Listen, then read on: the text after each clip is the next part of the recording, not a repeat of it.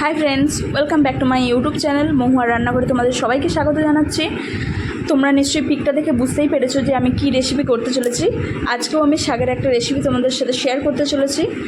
Almost শাক রান্না করতে কিন্তু সবাই পারে, শাকের চচ্চড়ি করতে, কিন্তু আমি এখানে কয়েকটি উপকরণ অ্যাড করে শাকটা রান্না করব, যাতে কিন্তু শাকের পৌষ্টিক গুণ এবং স্বাদ দুটোই কিন্তু অনেক বেশি ভালো লাগবে খেতে। এবং এই বর্ষার দিনে শাক চচ্চড়ির সাথে ভাত কিন্তু বাঙালির অন্যতম শ্রেষ্ঠ খাবার। তো চলো ভিডিওটা স্টার্ট করছি। প্রথমেই আমি এখানে কড়াইয়ে বড়ি নিয়ে নিয়েছি এবং বড়িগুলোকে প্রথমে আমি ভালো করে কড়াইয়ে নেড়ে চেড়ে নিয়েছি। তারপর এখানে সামান্য পরিমাণে মাস্টার্ড অয়েল দিয়ে আমি কিন্তু বড়িগুলো ভেজে নিচ্ছি। এই বড়িটা আমি শাকেতে শেষে কিন্তু ইউজ করব। এটা আমি প্রথমে ভেজে তুলে নিচ্ছি। তো আজকের শাক রান্নার জন্য আমি যে সমস্ত উপকরণগুলো নিয়েছি সেগুলো তোমাদের সাথে শেয়ার করছি। দুটো মিডিয়াম সাইজের পটল নিয়েছি, আর একটা উচ্ছে নিয়েছি, কারণ উচ্ছেটা বেশি নিলে শাকের সাথে অনেকটা তেতো লাগে, যেটা অনেকেই পছন্দ করে না। তো 3টে মিডিয়াম সাইজের আলু নিয়েছি, 3টে মিডিয়াম সাইজের ব্যাঙ্গন আর শাক। তো দেখো এখানে আমার বড়ি ভাজা কমপ্লিট হয়ে গেছে। বড়িগুলোকে আমি একটা পাত্রে তুলে নিয়েছি।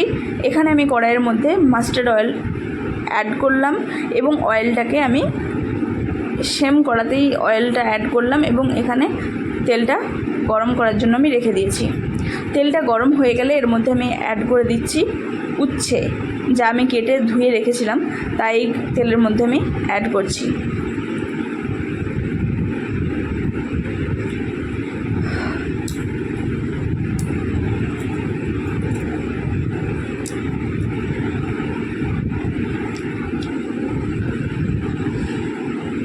তো দেখো এখানে আমি উচ্ছেগুলো ভালো করে ধুয়ে পরিষ্কার করে রেখেছিলাম।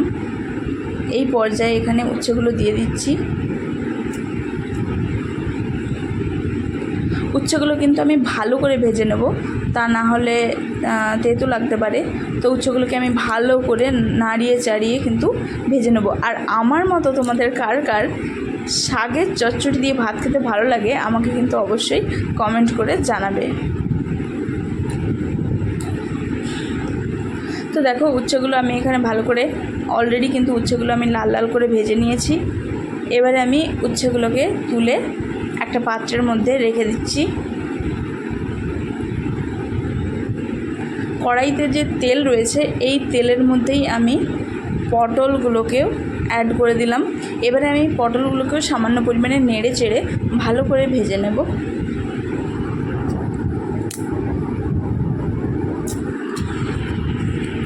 আমি কিন্তু এখানে সমস্ত কিছুটাই লো ফ্লেমে করছি, যাতে না জ্বলে যায়, ওভার কুক না হয়ে যায়। তার জন্য একটু ধীরে ধীরে হচ্ছে। তো এখানে আমার পটলগুলো ভাজা হয়ে গেছে, আমি পটলগুলো কিন্তু তুলে নিচ্ছি। এবারে এই তেলের মধ্যেই আমি আলু অ্যাড করে দেব। তো আমি আলুগুলো এখানে আমি 3টে মিডিয়াম সাইজের আলু নিয়েছি। আমি আলুগুলোকেও কেটে ডুমডুমু করে কেটে ধুয়ে রেখেছিলাম। এখানে আমি আলুগুলো অ্যাড করে দিচ্ছি। আলুতে এবারে আমি সামান্য পরিমাণ লবণ দিয়ে দেব।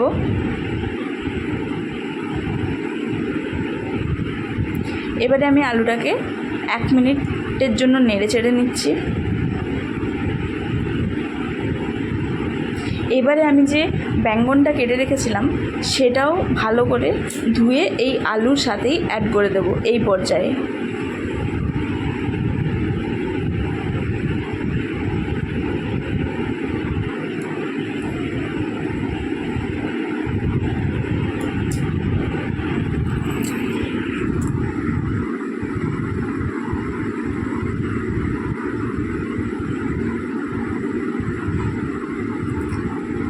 তো দেখো আমি এখানে আলুটাকে নেড়ে চেড়ে নিলাম।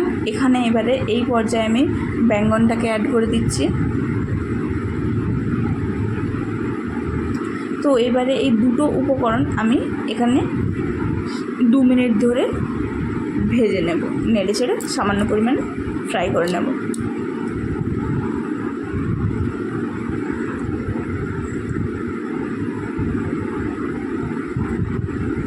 এখানে আমার আলু আর বেঙ্গন ফ্রাই হয়ে গেছে। এবারে আমি এইগুলোকে তুলে নিয়ে আমি কড়াটাকে এখানে ধুয়ে নিয়েছি। কড়াইয়ের উপরে আমি 3 থেকে 4 চামচ পরিমাণ আমি মাস্টার্ড অয়েল অ্যাড করেছি। এবারে এই অয়েলটা সামান্য পরিমাণ আমি গরম করে নিচ্ছি।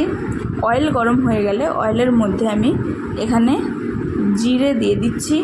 আপনারা চাইলে এই পর্যায়ে কিন্তু 5 ফোড়নও দিতে পারেন। আমি 5 ফোড়ন এখানে দিইনি, বাট আপনারা চাইলে দিতে পারেন, তাতে কিন্তু ফ্লেভার আরও খুব সুন্দর হয়। তো এখানে আমি জিরে দিয়েছি, 2টো তেজপাতা দিয়েছি এবং একটা লাল মরিচ, শুকনো লাল মরিচকে এইভাবে 2 টুকরো করে দিয়ে দিয়েছি। এই পর্যায়ে আমি একটা মিডিয়াম সাইজের পেঁয়াজ কুচি করে রেখেছিলাম, সেটা এই পর্যায়ে আমি এখানে অ্যাড করে দিচ্ছি। পেঁয়াজটাকেও আমি সামান্য পরিমাণ নেড়ে চেড়ে লাল করে ভেজে নেব।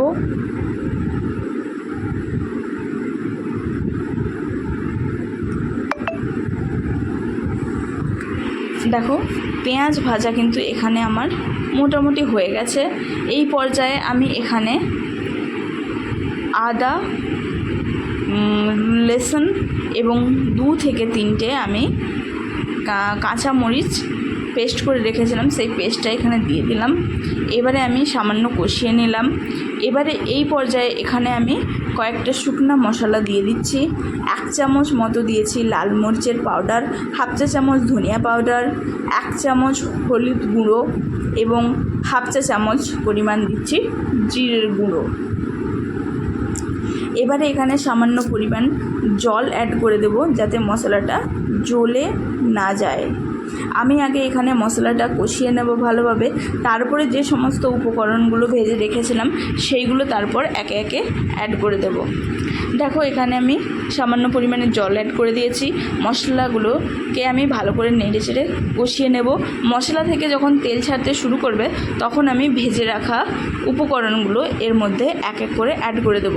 দেখো এখানে কিন্তু মশলা আমার কষানো হয়ে গেছে, মশলা থেকে তেল ছাড়তে শুরু করে দিয়েছে। এই পর্যায়ে আমি আলু এবং বেগুন যেটা ভেজে রেখেছিলাম সেটা দিয়ে দিলাম। দিয়ে আলু বেগুনটাকে মশলার সাথে আমি ভালো করে মিক্স করে নেব।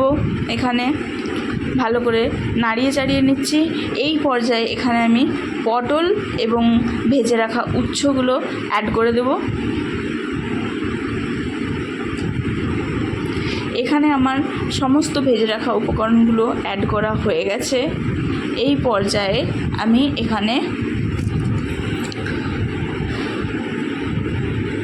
এখানে সামান্য পরিমাণে লবণ দিয়ে দিয়েছি। যেহেতু আমি এর আগেও কিন্তু আলু বেগুনে লবণ দিয়েছিলাম, তাই আমি লবণটা মেজারমেন্ট করে দিলাম।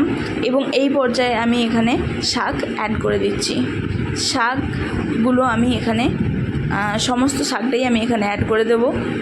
শাকের সাথে আমি মশলাটা যাতে না জ্বলে যায় তাই হালকা হালকা করে ভালোভাবে কিন্তু মিক্স করে নিচ্ছি।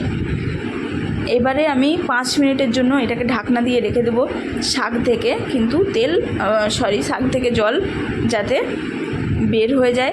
তো শাক থেকে এখানে জল অলরেডি ছাড়তে শুরু করেছে। দেখো শাক থেকে কিন্তু জল বেরিয়ে গেছে।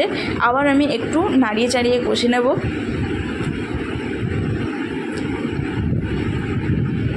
এই পর্যায়ে আমি এখানে 1/2 গ্লাস মতো জল দিয়ে দিচ্ছি, যাতে করে আলুটা ভালোভাবে সিদ্ধ হয়ে যায়। তো এখন আমি ঢাকনা চাপা দিয়ে অবশ্যই লো ফ্লেমে, যাতে না জ্বলে যায় কোনো কিছুই, এবং ওই সমস্ত উপকরণ যাতে ভালোভাবে সিদ্ধ হয়ে যায়, আমি লো ফ্লেমে কিন্তু 3 থেকে 4 মিনিটের জন্য ঢাকনা দিয়ে রেখে দেবো। ঢাকনা খুলে দেখো এখানে কিন্তু আমার আলু সিদ্ধ হয়ে গেছে প্রায়, কিন্তু শাকের মধ্যে এখনও পরিমাণে জল রয়েছে এবং জলটা কিন্তু পুরোটাই শাকের জল কিন্তু থাকলে শাকটা টেস্ট ভালো হবে না। তাই আমি আবারও এখানে এই পর্যায়ে কিন্তু আমি বড়িগুলো অ্যাড করে দিচ্ছি। দেওয়ার পরে আমি ভালো করে মিক্স করে আবার ঢাকনা চাপা দিয়ে রেখে দেবো 2 মিনিটের জন্য। দেখো এই পর্যায়ে ঢাকনা চাপা দিয়ে রেখে দিলাম। এবারে দেখো ঢাকনা খুলে দেখো আমার কিন্তু শাক প্রায় কমপ্লিট। দেখো আমার শাক কিন্তু কমপ্লিট। তো আমি শাকটা এবারে ভালো করে নাড়িয়ে চাড়িয়ে আমার শাক রান্না কমপ্লিট। এবারে গরম ভাতের সাথে শাক সার্ভ করে দিচ্ছি। তোমাদের ভিডিওটা কেমন লাগলো অবশ্যই জানাবে। টাটা, বাই বাই, দেখা হবে পরের নেক্সট ভিডিওতে।